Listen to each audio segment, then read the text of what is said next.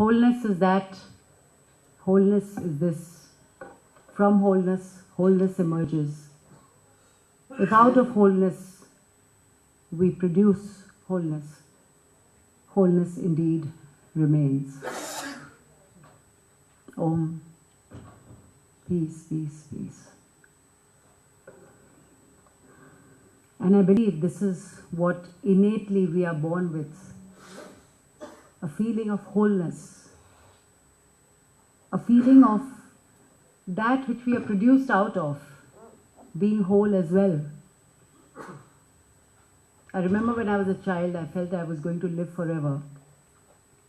And that everything was pure, and everything was beautiful, and life was beautiful, and parents were beautiful, and friends were beautiful, and cousins were beautiful, and nature was beautiful, and everything was purna, whole. And then somewhere along the way you start looking at something that doesn't look too whole, and doesn't look too pure, and doesn't look so beautiful. And then you question things, and then you wonder, and then you feel pain, and then you feel a lot of confusion with the pain. And that keeps growing as you grow older, somehow. And then there's a battle between that inner truth or feeling. It couldn't have been false, we were born with it. And what you see outside, in relationships, in life, in suffering, in waves of excitement and sadness and heartbreak and enthusiasm and so many mixture of experiences and feelings, and you wonder about purnata or completeness or wholeness.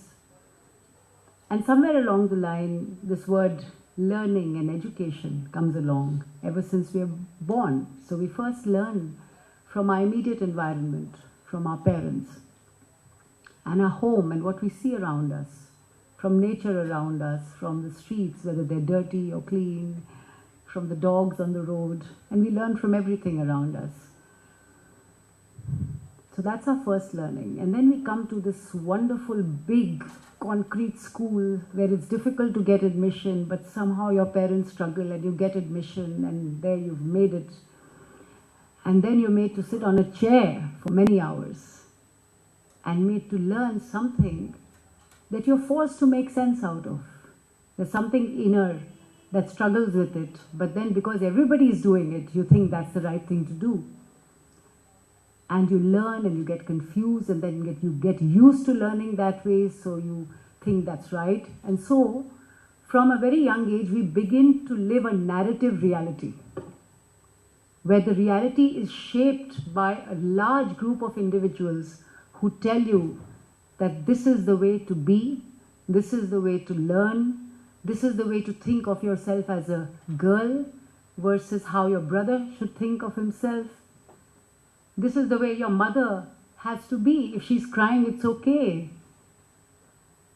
If your uncle or somebody else shouts at your aunt, it's okay, because that's the way it is. So these are many learnings that we have ever since we are born, in school, outside school, that there can only be one answer to a mathematical problem, because that's what somebody said. So we're living in a narrative reality, that you will be in prison if you don't watch a red light. Everything that we think is real and true is a narrative reality. And that's our learning ever since we are born. So it's been a question mark, as I've been growing up, experiencing, enjoying failure and success both. And more and more, what I realize is that everything that I enjoy in myself and people in different parts of the world, parts of the world enjoy of me, most of the things that I speak of, that I experience, that I exude out of myself, are not those things that I learned in school. If I sing and people enjoy it, it was not that I learned it in school. If I talk about the Upanishads and I feel the joy of the truth between the self and the cosmos and life and the spirit, I certainly didn't learn it in school. I was asked to become a visiting research fellow in anthropology at Queen's University in the UK. And I never learnt anthropology in school and college. It's only because I studied culture and people on my own. So what was school for? I wonder. The only thing I think that I really gained out of school was a fantastic mathematics teacher. Because till class 4, I was sitting in the back row looking out of the window, and I used to come 33rd out of 34 children. That was the rank I had. Until this wonderful teacher in class 5 suddenly noticed that this girl is not doing well because she's not there. And she asked me to come up and sit in front of her. And that's the class in which we started geometry, algebra and mathematics. And by the end of the year, I topped the class in mathematics. But it was only because of the care and the mentoring of that one teacher. So it was not the system that made me good. It was that one teacher who made me love education and made me love to learn. So today, and for quite a few years now, I truly believe that learning does not happen out of a building and out of a curriculum. Learning happens out of relationships. It happens out of great relationships between the sharing, between two people. They may be the same age. The mentor might be younger than the mentee. It's not age bound either. We can learn from a tree. We can learn from a human being. We can learn from a baby. I learn from my grandson all the time. He's not even 3.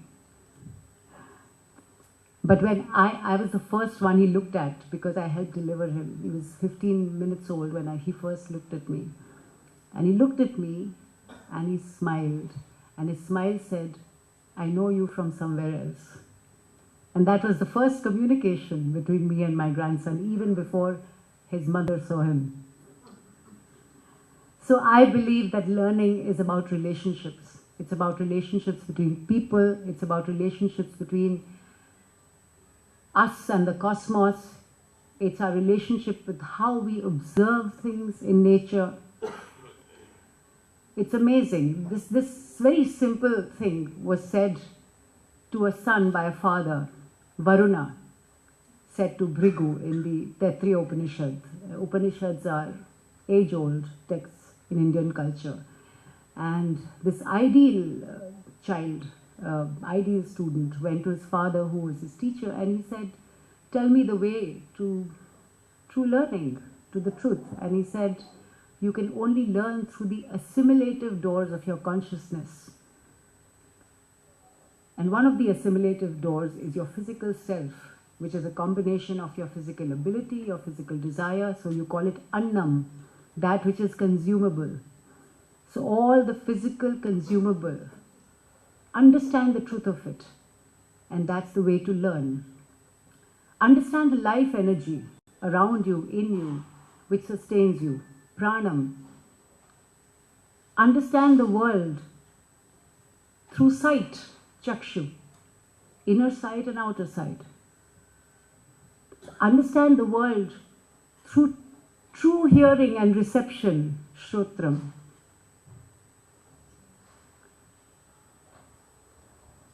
Understand the world through mana, the mind, the sense mind in us. And then finally, understand the world through all vibrations of speech, or rather communication, because communication is not only through audible speech. There can be communication through various ways. So understand the world through communication.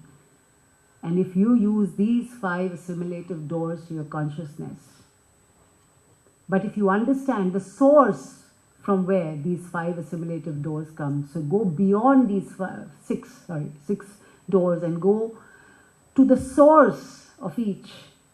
And once having reached the source of where sight comes from, the source of where hearing comes from, the source of where communication comes from, the source of where desire comes from, once you have gone backwards to the source and then have been able to merge these together, only then will you know Brahman, which is the divinity in you. So I believe this teaching is eternal because it will never grow old, because this relates to our mind, our senses, our body, our being, our relationship with ourselves, within and without. And I must tell you that if you ever care to read these texts, you will see that they apply for all time.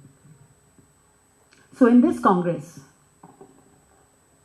this is the third Congress that we're having. We started in 2011. And in this Congress, I felt that the most important thing to address is to look at each one of us simultaneously as the guru and the learner. And to look at how we, in this engagement, can be the facilitators of today and tomorrow towards the wholeness of learning, the wholeness of teaching or training, Purna Talim. How can Purna Talim happen? Nobody makes it happen, but we can be part of a process together which can enable it in our societies in which we live. And in that quest for Purna Talim, how does every student who is also naturally a teacher or a learner or a giver of knowledge, how does each one first have to address the self and the planes and parts of one's being? How does one have to understand what well-being really means? And what is the well-being of the individual and the well-being of society before one can truly become a good mentor? And then once a person wants to become a guru or a mentor, technology comes afterwards. That's just a tool which we use, yeah? Just like I'm using a mic to reach out to you. So that's a tool. But how can you create that sense of light within a person's heart when you speak or when you share knowledge? How can you sustain that light, which is more important? Very often we create light and then you go out and you say, oh, but I don't have time for it. How can you sustain that light? And how can you sustain it long enough so that it becomes a fire and a passion of transformation? That's the question. And so to deal with that question, we don't have adequate tools, definitely not in a conference. It has to be out there in life. But we are just attempting to get like-minded people together so that we can share our thoughts and then go out in the world and try to practice it in reality in whatever way we can. So what we are attempting in this Congress is, over the next 2 days, is to have 9 basic areas of engagement through some panel discussions. And in that, what we're looking at first is Swayam, the self. We are also looking at Swasthya, well-being. We are looking at expression, Vak, which means communication, the role of language, the role of the arts in learning, in cognition, and indeed, is there any separation between the arts and the sciences? And if there is not, then why have we created this separation? You know, is it just different ways of looking at the same thing? If you're looking at life, music can be looked at as mathematics, or it can be looked at as a harmonious art. Both are true. Frequency is mathematics, beat is mathematics, everything is mathematics in music. So how is it not science? Why is it an art? So we have to look at those questions as well. And then we really need to look at indigenous ways of learning, of excellence, pedagogy. I mean, how did people retain knowledge without text, without computers, without any recording of knowledge for centuries in India?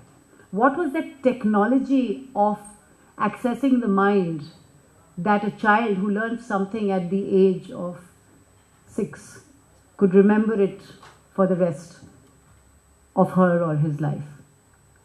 So what was that way of accessing the brain through various assimilative doors again of the mind, you know?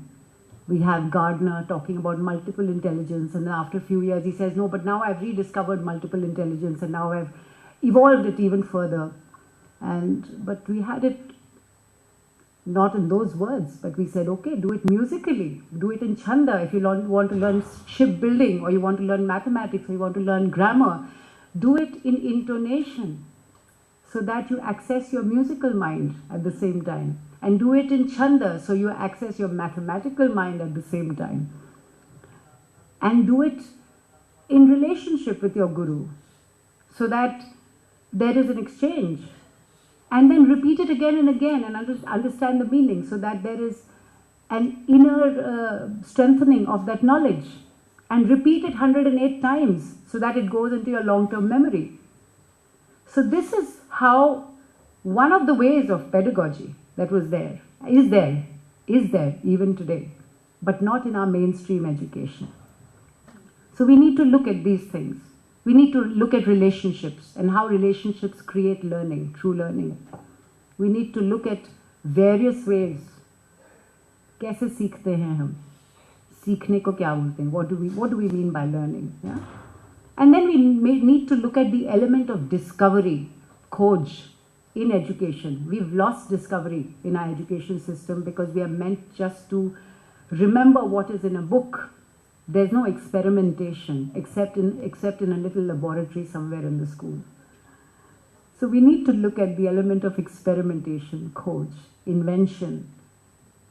Earlier in homes, children were inventors all the time. Even today in villages, you have so many new inventions all the time. So we need to look at these things. And then we need to look at leadership. We need to look at netritva, vision in society. And how a visionary doesn't have to become 50 before he becomes a visionary. Even a child is a visionary. And then finally, we need to look at a very, very dangerous thing today in society, assessment and evaluation. Because everything works backwards from that. Depending on how a board of education assesses you, what marks you get, what grades you get, that seals your life at the age of 18 or 21, and you then become a product or a victim of how you have been assessed by, again, a narrative reality. So we need to revisit, very seriously revisit this narrative reality, which forces us to change our innate sense of self to a narrative sense of self. So these are some of my concerns, and indeed the concerns of many, many friends who are here with us today. And Dr. Karan Singh, I would invite you, with all your years of experience, to throw some light on how we can go forward from here. And now I request him to give the presidential address. Before that, I'd just like to say that today, after this, we have a very, very interesting plenary session where we have Dr. Aruna Roy, Dr. Dinesh Singh, Dr. Sonal Man Singh, Ravi Gulati, whose children you saw performing here a little while ago, the founder of Manzil. We also have with us Prakhar, who started a youth alliance and has influenced thousands of youth and is working with them to try and create change with the youth. So we wanted the youth connection today so that we can hear from them what they feel about learning. And so we look forward to all of you being with us and your friends through that session. Then we have a very interesting, or I shouldn't say interesting, I think you will all be really, really infused with the beauty of sound, with the concert of Pandit Rajan Sajan Mishra. And after that, we have dinner today. And then tomorrow onwards, we are not here, we are at the India Habitat Center. And there we will be having our panel discussions with again very, very good speakers from India and from the various countries. Many of them are returning friends. They've been with us since 2011, and I really thank you from the heart for being here with us. And on the last day, we're going to be together until lunch, where we will review all that we have shared and look at what we can come up with together so that we can go back to our respective countries and try and share with people who are institutional heads, who are policy makers, who are learners, who are mentors, share with everybody what we feel and what we would like to work together for, to try and change a little bit if we can. Thank you.